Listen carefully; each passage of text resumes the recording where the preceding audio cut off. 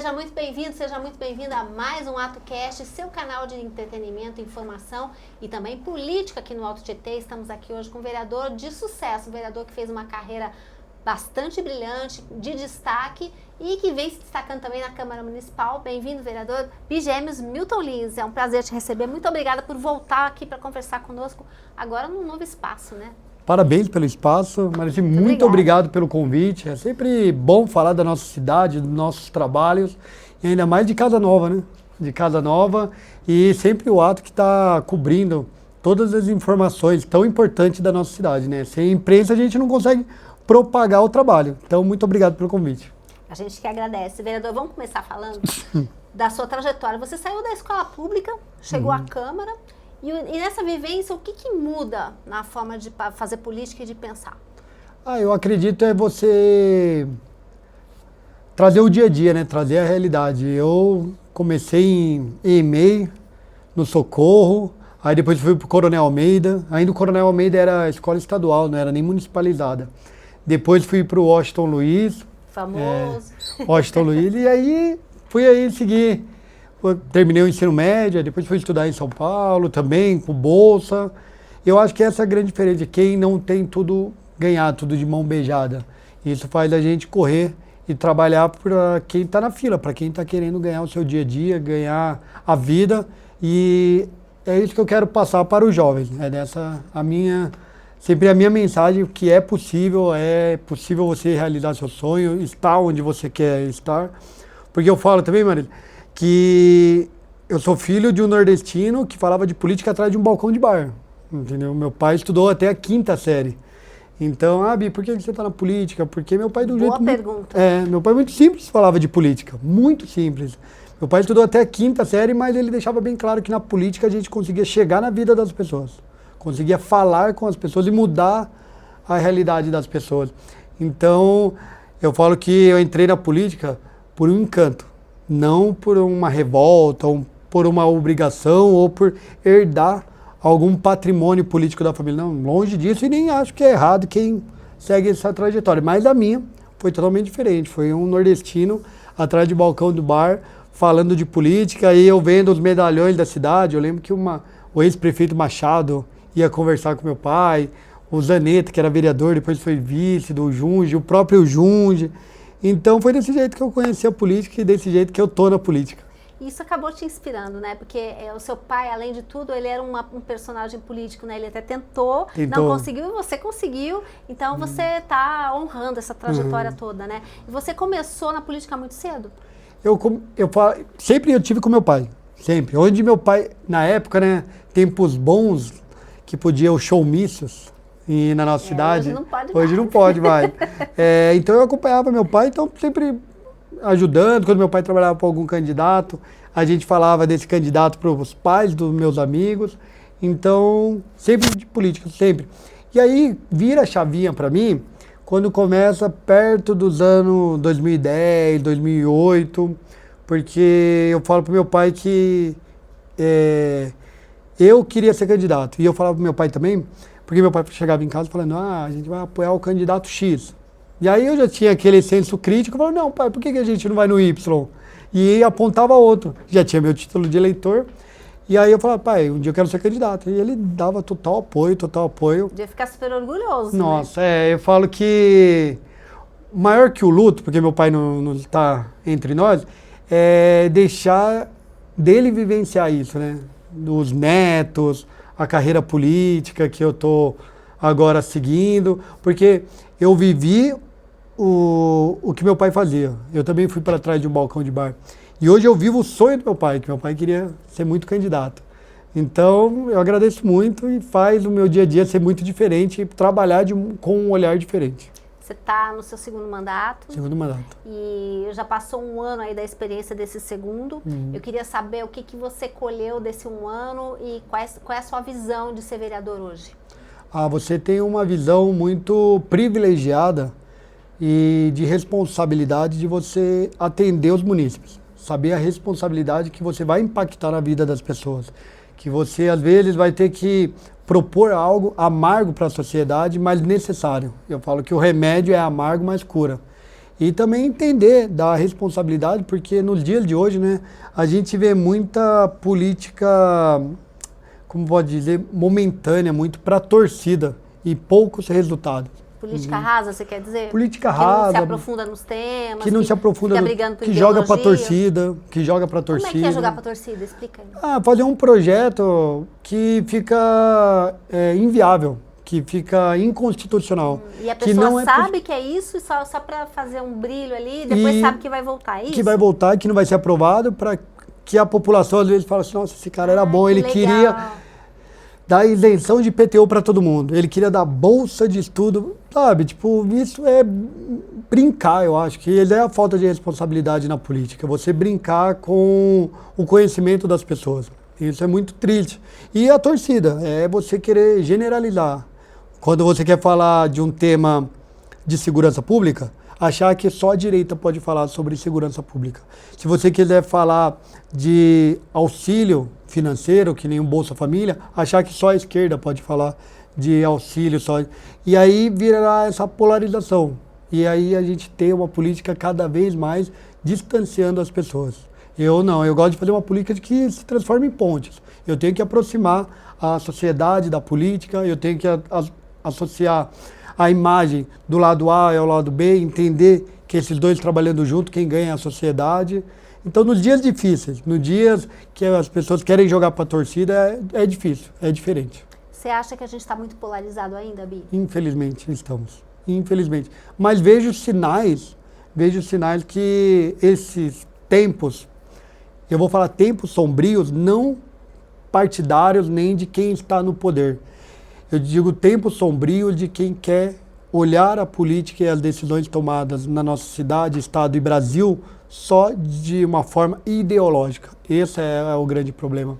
É quando a gente volta a falar, tem um projeto bom, mas se a bancada A apresentou, a bancada B vai ser contra, mesmo o projeto sendo bom. E às vezes o projeto ser apresentado pelo B não vai ser aprovado pelo A, porque veio do outro lado. Então a gente tem que passar por esse momento. E vejo sinais, eu vejo nomes despontando na política, e aqui eu não quero falar quem é bom e quem é ruim, eu só quero falar de novos nomes. Próprio no meu partido, a força do Ratinho Júnior, a aprovação do Ratinho Júnior, que era presidenciável, você vê o trabalho que ele está fazendo, um trabalho entregando para as pessoas. O Eduardo Leite, também o governador do Sul, que é do PSD, também trabalhando pela população, sem ideologia partidária. O próprio governador Tarcísio, se você vê, ele entregando obras para o Estado, com a ajuda do governo federal, com a ajuda do governo dele mesmo, do Estado. Então eu acho que novos nomes vai ajudar a gente a acalmar essa polarização. Mas eu não tenho visto isso na Câmara, eu estou achando que o pessoal está tendo um bom relacionamento, esquerda-direita está conseguindo aprovar projetos juntos. Eu vejo movimentação de muitos vereadores que são da esquerda, colaborando com as pautas da administração, você não concorda? Não, concordo. Aí eu tenho que parabenizar 3 pontos, vamos lá.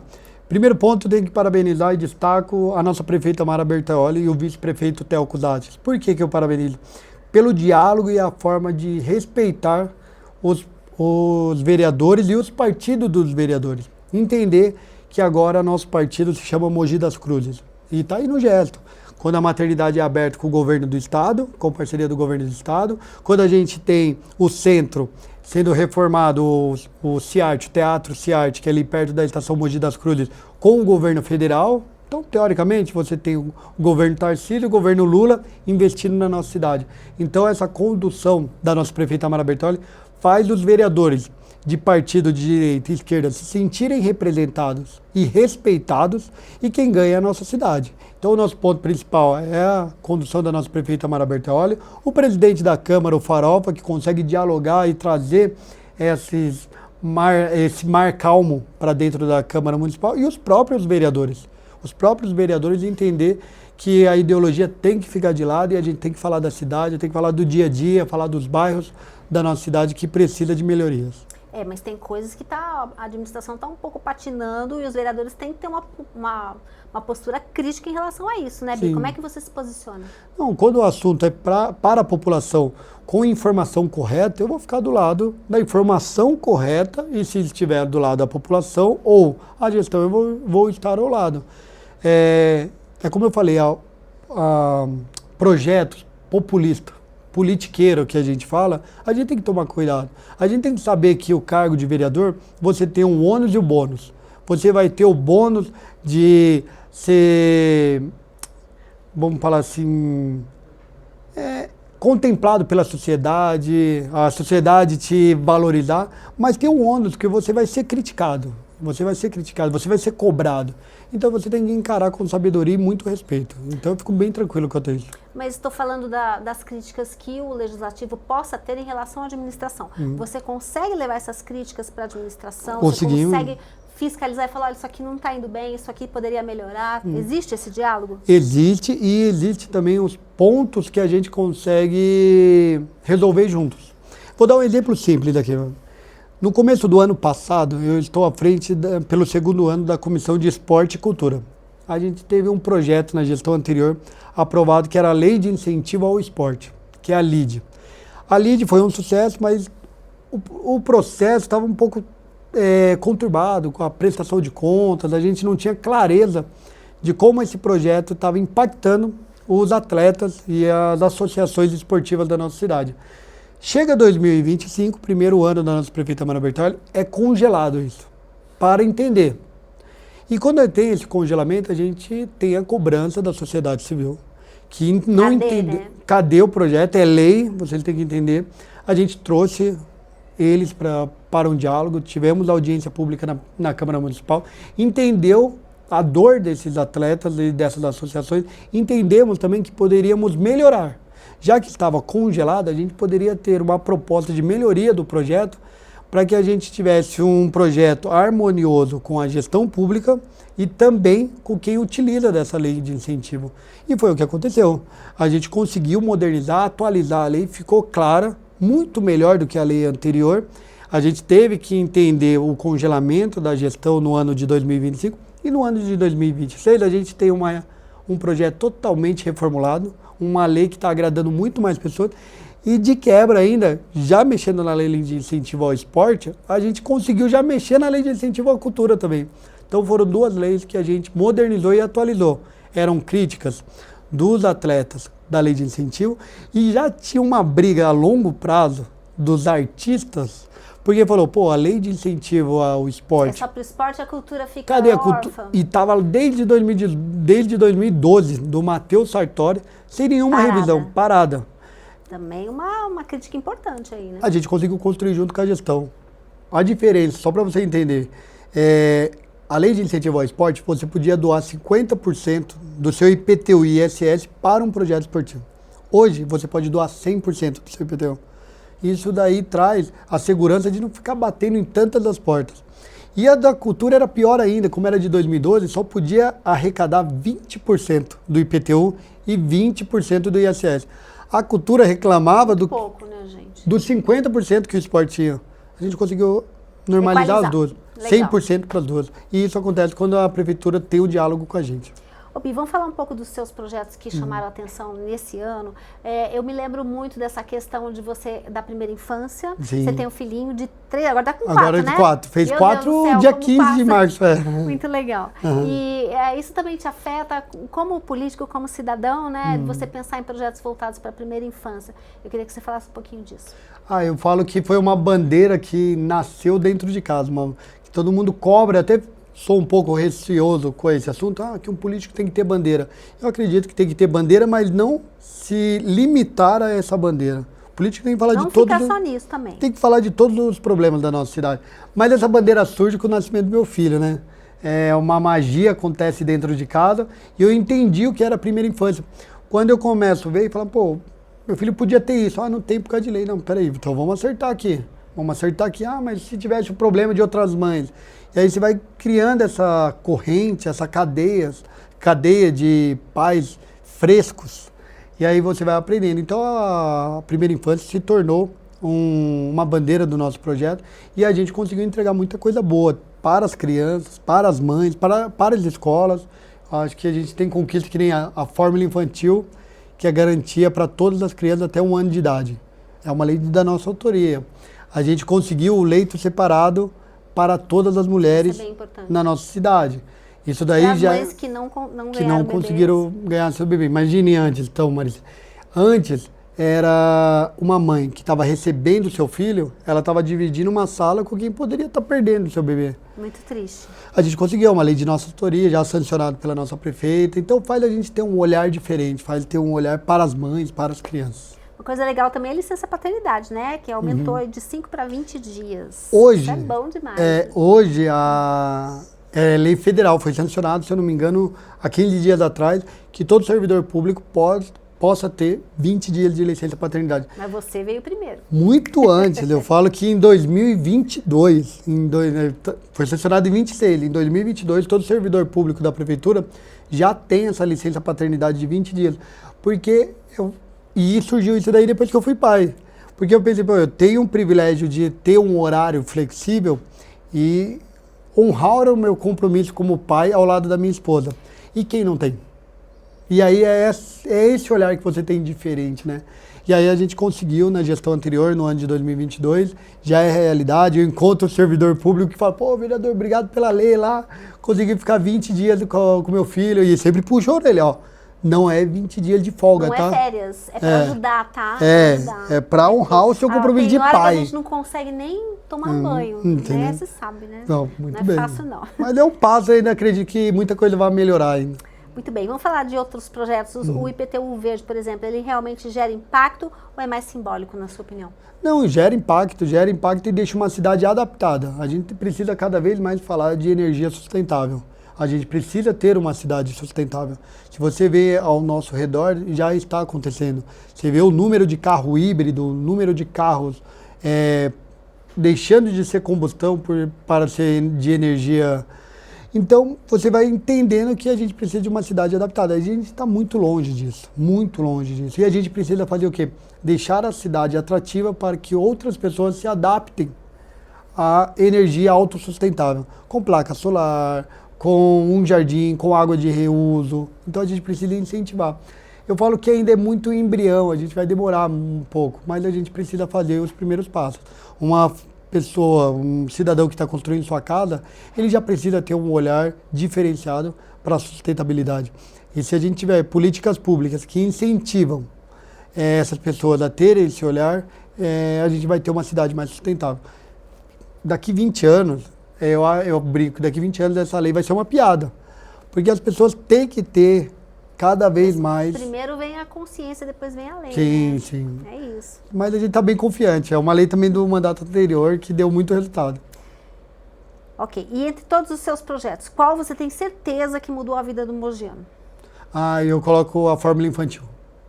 Para mim, essa daí, eu acho, talvez pode ser o IPTU Verde, algumas outras, o leito separado, eu acho que pode ter algumas coisas que teve um impacto grande, mas eu acho que eu tenho um carinho diferente, porque isso daí é um investimento na primeira infância.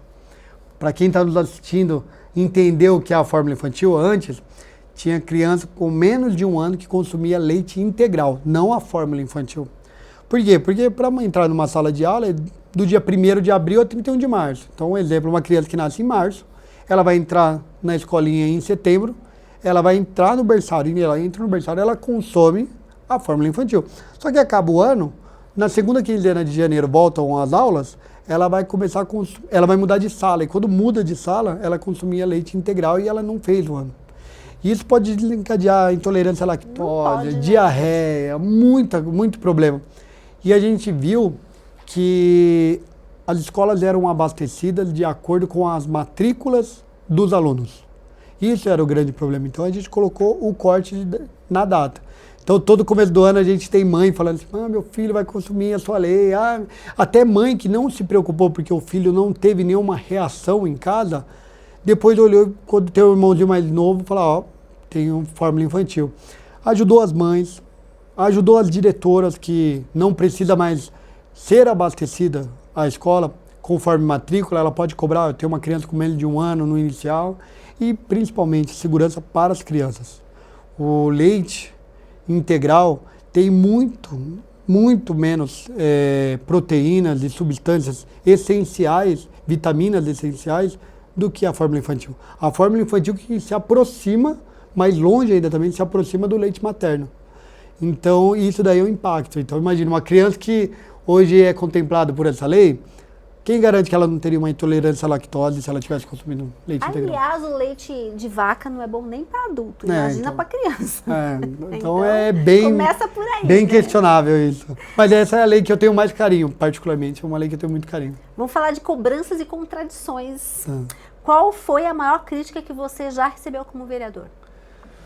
Maior crítica, teve a crítica, deixa eu ver aqui, não, teve algumas Seriamente, votações. vamos abrir o jogo, vereador. Não, por exemplo, assim, a crítica que eu recebi e recebo muito é a respeito do nosso pedágio na Mogi Dutra.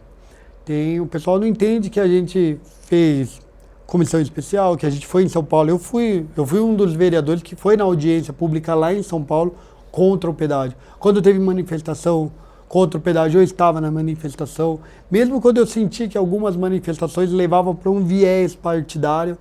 Então, eu sinto muito essa cobrança ainda. Eu vejo muito na rua as pessoas ainda falar... Mas você não fez nada. Que, esse cara que aceitou IPTU, esse cara que aceitou IPVA na Mogi Dutra, se a gente tivesse um vereador firme, não tinha esse pedágio, né? Esse pedágio na Mogi Dutra. Então, eu acho que esse é um ponto que ainda me pega muito. Mas você considera justa essa crítica? Não considero justo.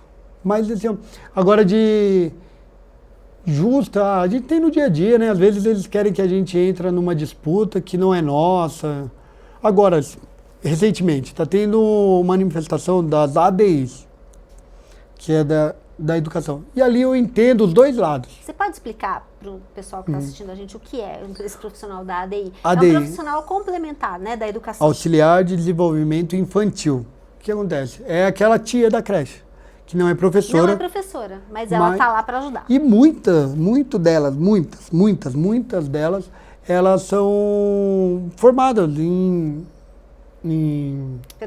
pedagogia, tem os cursos. Tem a formação necessária. Curso ABA, tem. Mas, quando fez o concurso público, não tinha essa exigência. Tá bom, aí a gente tem uma lei federal. Tem uma lei federal que coloca que elas têm que ser reconhecidas como parte do magistério.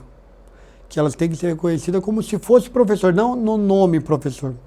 E ali tem um teto, tem um piso salarial. A questão é salarial, a equiparação salarial, basicamente. E aí, quando tem no governo federal, aí é muito interpretativo, porque tem os dois lados. Porque o outro lado fala, o lado da gestão, fala que os novos contratados. E aí a gente tem uma lei federal que fala assim para a prefeitura, ó, se adapte que você tem que pagar X. Mas como assim? Qual é o impacto dessa cidade?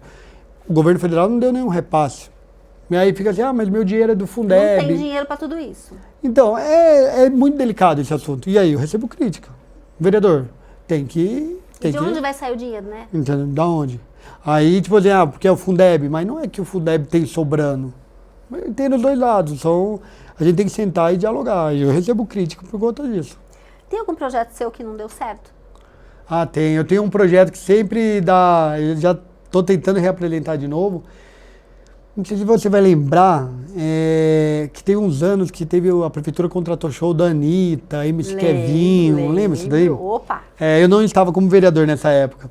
Mas eu tenho um projeto de lei que a gente tentou apresentar, não deu inconstitucional, estou tentando apresentar de novo, que é o quê? Você ter uma obrigatoriedade de, no mínimo, uma porcentagem de 30% de artistas mogianos quando tiver uma contratação pelo poder público. Então, quer contratar a Anitta? Vai gastar 1 milhão na Anitta? Não tem problema, pode gastar. Mas só que 30% tem que ser com o artista mogiano. Tem que ter um artista mogiano. Eu vou contratar uma exposição de quadro europeu. Tá bom, 30% mogiano. Então ainda tenho esse sempre esbarrando no jurídico. Essa é uma lei que eu quero muito colocar em prática. A gente apresentou na gestão passada, não conseguiu. Não passou? Não é que não passou. É o principal entrave? Fala que eu tô querendo legislar em cima do orçamento da prefeitura. Entendi. Entendeu? Mas em outras cidades isso já foi possível. Entendeu? Então, se não me engano, Guararema, né? Eu tô enganada. Não sei. Não, eu vi uma cidade do sul. Eu sou uma cidade do sul. Então a gente está tentando. Logo a gente vai emplacar. Vai dar certo. Porque isso daí é para longo prazo. Eu acho que isso daí é legado.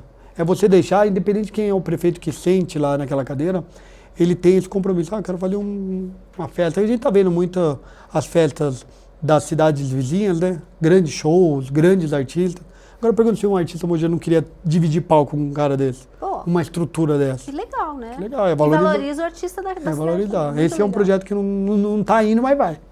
Você já tomou alguma decisão política que hoje você não tomaria? Ou mudaria? Já tomei. Eu acho que eu já tive decisões, assim, que eu fui muito pela torcida, assim, ó, muito...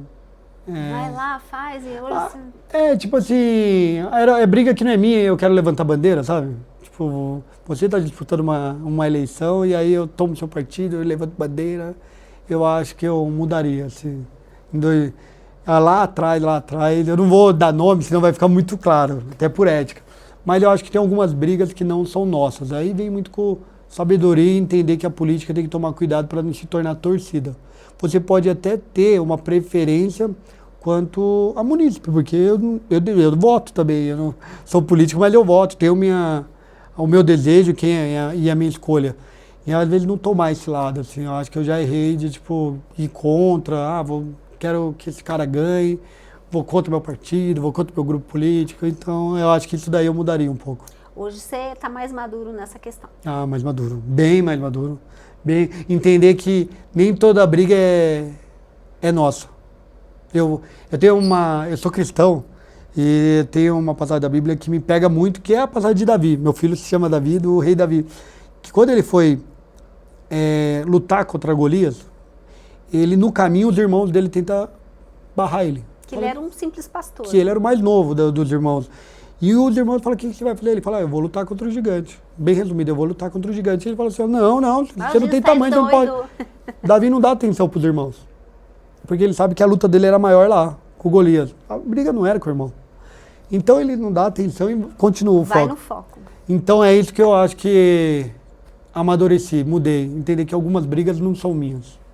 Ô Bi, por que disputar uma vaga como deputado estadual agora? Perfeito, porque a nossa cidade precisa e a nossa cidade merece. Quando eu falo que precisa, a gente precisa de mais representantes. A gente precisa de mais gente, mais políticos, mais deputados questionando, trazendo emendas, trazendo recursos, ter mais luta para a nossa cidade, para o nosso Alto Tietê. Quando eu falo que merece, precisa porque merece também, porque se a gente avaliar nos anos 90, a gente tinha um número de eleitor muito menor. Mogi tinha um número de eleitor muito menor.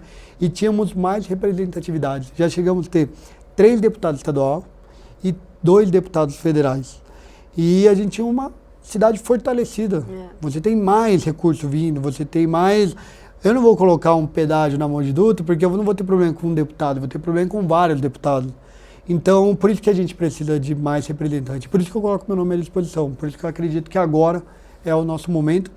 E quando eu falo no nosso momento, do nosso grupo político, de ter mais representatividade, das pessoas que acreditam no meu trabalho, e também não tenho nenhuma vaidade em fortalecer outro nome caso isso venha a acontecer. Mas como não aparece, eu continuo com meu nome à disposição. E você já está em campanha, a sua pré-candidatura foi lançada com um grande evento lá no PSD, né? Foi lá no Sírio-Libanês, em São Paulo, né?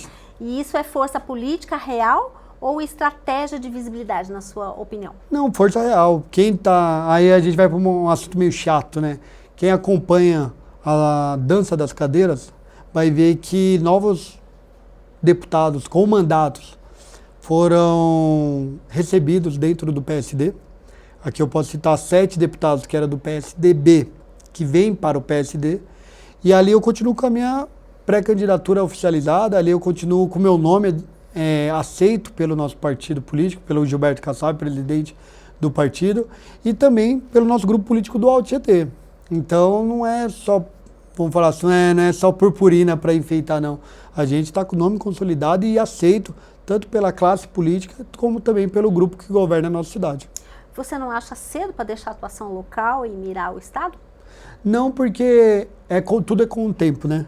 Eu estou no meu segundo mandato, eu tive entrega no meu primeiro mandato, eu tive entrega agora no segundo mandato, e eu entendi também que muito do nosso trabalho, às vezes, se limita pela esfera municipal.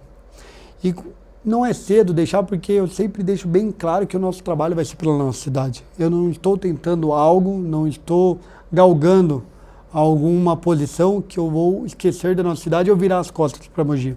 Não, o meu discurso é o mesmo.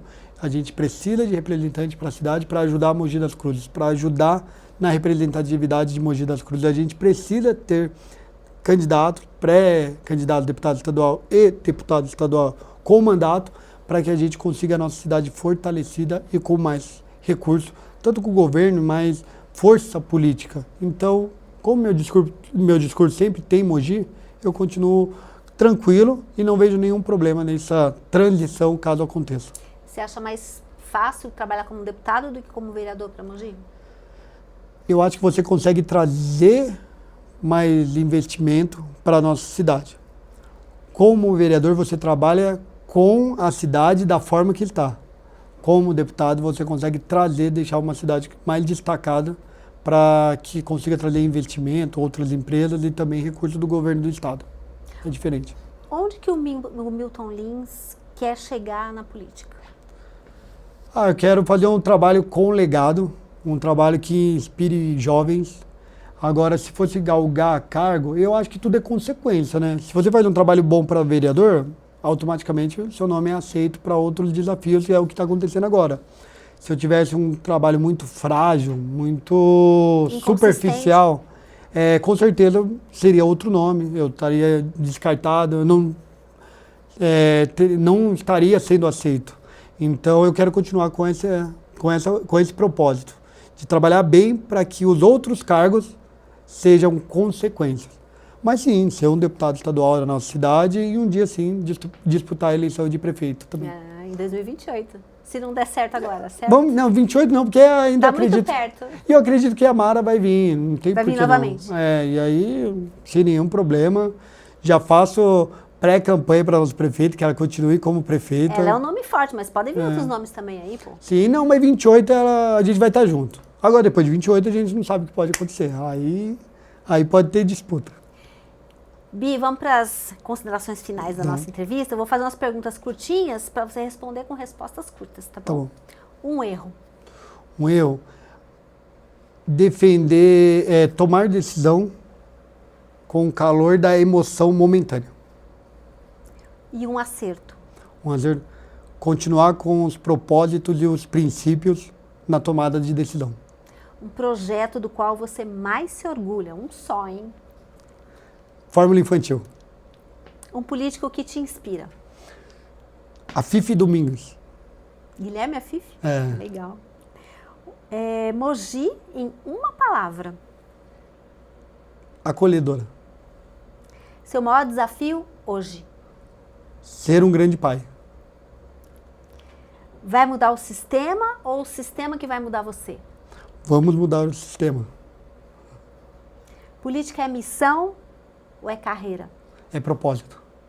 Nenhuma das duas. Nenhuma das duas. Quem é o Milton fora da política? Um cara brincalhão, que ama piada, que ama estar com família, amigos e bom corintiano. Última pergunta. Vale tudo para disputar a eleição? Não, não vale tudo. Nem um pouco. O que é mais precioso para você? A tranquilidade, a paz e não perder a admiração das pessoas. Bi, muito obrigada pela sua entrevista. Eu que agradeço. Vai voltar para a gente conversar mais, porque tem a política agora pela frente, você vai sair candidato, vai correr bastante, então a gente vai voltar a conversar, combinado? Combinado, com o maior prazer. Muito obrigada.